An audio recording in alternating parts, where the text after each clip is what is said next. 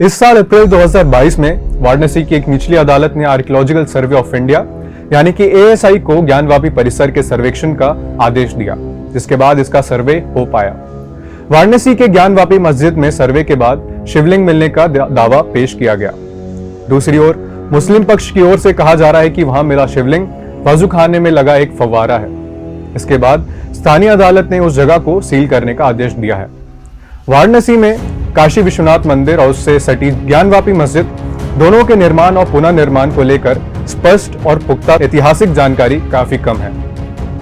आम मान्यता है कि काशी विश्वनाथ मंदिर को मुगल शासक औरंगजेब ने तोड़वा दिया था और वहां मस्जिद बना दी गई, लेकिन ऐतिहासिक दस्तावेजों को देखने और समझने पर यह मामला इससे कहीं अधिक पेचीदा दिखाई पड़ता है। तो चलिए जानते हैं ज्ञानवापी मस्जिद का प्राचीन इतिहास क्या है। मैं शुभम पांडे आपका स्वागत करता हूं युग अभियान टाइम्स में। कहते हैं कि काशी में शिवजी का एक बहुत ही विशालकाय मंदिर था। इसे मध्यकाल में तोड़कर यहाँ पर एक मस्जिद बना दिया जाने का दावा किया जाता है। तो चलिए इस वीडियो की शुरुआत हम आदिकाल से करते हैं। आदिकाल हिंदू पुराणों के अनुसार काशी में विशालकाय मंदिर में आदिलिंग के रूप में अविमुक्तेश्वर शिवलिंग स्थापित है। प्राचीन काल ईसा पूर्व 11वीं की सदी में राजा हरिश्चंद्र ने जिस विश्वनाथ मंदिर का रेनोवेशन करवाया था, उसका सम्राट विक्रमादित्य ने अपने कार्यकाल में फिर से रेनोवेशन करवाया था 1194। इस भव्य मंदिर को बाद में मोहम्मद गौरी ने लूटने के बाद तोड़वा दिया था 1447। मंदिर को स्थानीय लोगों ने मिलकर फिर से बनाया, परंतु जौनपुर के शर्की सुल्तान महमूद शाह द्वारा तोड़ दिया गया और मस्जिद बनवाई गई। हालांकि इसको लेकर इतिहासकारों में मतभेद रहती है। 1585 पुनः राजा टोडरमल के सहायता से पंडित नारायण भट्ट द्वारा इस स्थान पर फिर से एक भव्य मंदिर का निर्माण किया गया। 1632 मंदिर को शाहजहां ने आदेश पारित कर इसे तोड़ने के लिए सेना भेज दी। सेना हिंदुओं के प्रबल प्रतिरोध के कारण विश्वनाथ मंदिर के केंद्रीय मंदिर को तोड़ नहीं सका, लेकिन काशी के 63 अन्य मंदिर तोड़ दिए गए। 1669 18 अप्रैल 1669 को औरंगजेब ने काशी विश्वनाथ मंदिर को ध्वस्त करने का आदेश दिया। यह फरमान एशियाटिक लाइब्रेरी कोलकाता में आज भी सुरक्षित है। एलपी शर्मा की पुस्तक मध्यकालीन भारत में इस ध्वंस का वर्णन किया गया है। साकी मुस्तैद खान द्वारा लिखित मिसादे आलमगीरी में इसकी संकेत मिलती है। 1669 2 सितंबर 1669 को औरंगजेब को मंदिर तोड़ने का कार्य पूरा होने की सूचना दी गई और तब ज्ञानवापी परिसर में मस्जिद बनवाई गई। 1735 मंदिर टूटने के 125 साल तक कोई विश्वनाथ मंदिर नहीं था। इसके बाद साल 1735 में इंदौर की महारानी देवी अहिल्याबाई ने ज्ञानवापी परिसर के पास काशी विश्वनाथ मंदिर बनवाया था। 1809 ज्ञानवापी मस्जिद का विवाद पहली बार गरमाया जब हिंदू समुदाय के लोगों द्वारा ज्ञानवापी मस्जिद को उन्हें सौंपने की मांग की। 1810 30 दिसंबर 1810 को बनारस के तत्कालीन जिला दंडाधिकारी मास्टर वॉटसन ने वाइस प्रेसिडेंट इन काउंसिल को एक पत्र लिखकर ज्ञानवापी परिसर हिंदुओं को हमेशा के लिए सौंप देने के लिए कहा था, लेकिन यहां भी यह चीज संभव नहीं हो पाया। 1829 से 1830 तक ग्वालियर की महारानी बैजाबाई ने इसी मंदिर में ज्ञानवापी का मंडप बनवाया और महाराजा नेपाल ने वहां विशाल नंदी प्रतिमा स्थापित करवाई। 1883 से 1884 तक ज्ञानवापी मस्जिद का पहला जिक्र राजस्व दस्तावेजों में जामा मस्जिद ज्ञानवापी के तौर पर दर्ज किया गया है।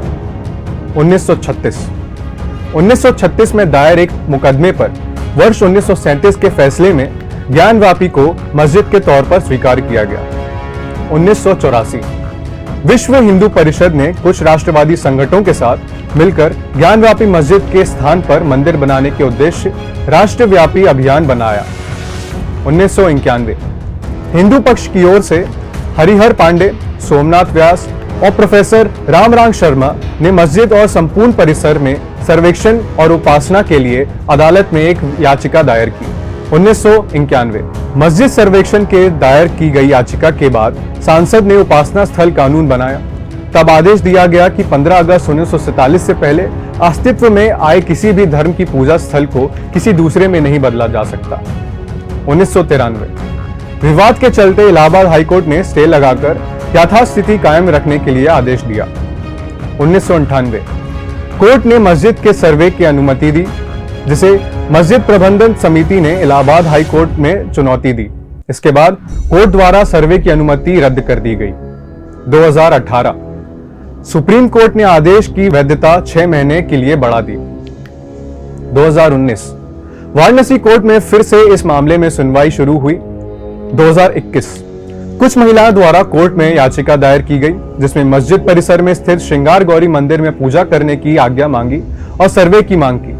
फास्ट ट्रैक कोर्ट ने ज्ञानवापी मस्जिद में सर्वेक्षण की मंजूरी दे दी। 2022 कोर्ट के आदेश के अनुसार ज्ञानवापी मस्जिद के सर्वे का काम पूरा हुआ। अब सुनवाई शुरू होगी। अब ऐसे में काशी विश्वनाथ ज्ञानवापी मस्जिद से जुड़े कुछ मामलों की पैरवी कर रहे वकील हरिशंकर जैन और विष्णु जैन को हटाने का फैसला लिया गया है। खबर है कि पिता पुत्र की जोड़ी अब विश्व वैदिक सनातन संघ के मामलों में वकालत नहीं करेगी। इस बात की जानकारी वीवीएसएस के अध्यक्ष जितेंद्र सिंह विशेन ने दी है। रिपोर्ट के अनुसार वीवीएसएस के अध्यक्ष विशेन ने मंगलवार को कहा कि संगठन ने फैसला किया है कि हरिशंकर जैन और विष्णु जैन उसके मामले में नहीं आएंगे। इसमें वाराणसी का काशी विश्वनाथ ज्ञानवापी मस्जिद से जुड़े मामले शामिल हैं। रिपोर्ट के अनुसार वीवीएसएस देश भर के अलग अलग अदालतों में 50 से ज्यादा केस लड़ रही है। रिपोर्ट के अनुसार विशेन ने कहा, हमने हमारी तरफ से देश भर में अलग अलग अदालतों में दाखिल सभी मामलों से हरिशंकर जैन और विष्णु शंकर जैन का वकालतनामा रद्द करने का फैसला किया है। वीवीएसएस ने ज्ञानवापी से जुड़े 7 मामले दाखिल किए हैं। ज्ञानवापी मस्जिद से जुड़ी वीवीएसएस की तरफ से दायर ताजा याचिकाओं में से एक परिसर में मुसलमानों की एंट्री रोक लगाने की मांग की गई है। साथ ही पूरा इलाका हिंदू को देने का अपील की गई है। वीडियोग्राफी सर्वे के दौरान ज्ञानवापी मस्जिद परिसर में शिवलिंग मिलने के दावे के बाद याचिका दायर हुई थी। वकील पिता पुत्र की जोड़ी लखनऊ स्थित टेली वाली मस्जिद से लेकर धार की भोजशाला, आगरा में ताजमहल और मथुरा में शाही ईदगाह घर में समेत कई ऐसे मामलों के केंद्र में रहे हैं जहां मस्जिद में मंदिर होने का दावा किया जा रहा है। अब ऐसे में ज्ञानवापी मामले में 8 जुलाई को अहम सुनवाई होनी है। अब देखना यह है कि इस मामले में क्या सुनवाई होती है और क्या निर्णय लिया जाता है। इस मामले से जुड़ी खबरों के लिए हमारे चैनल को जरूर सब्सक्राइब करें।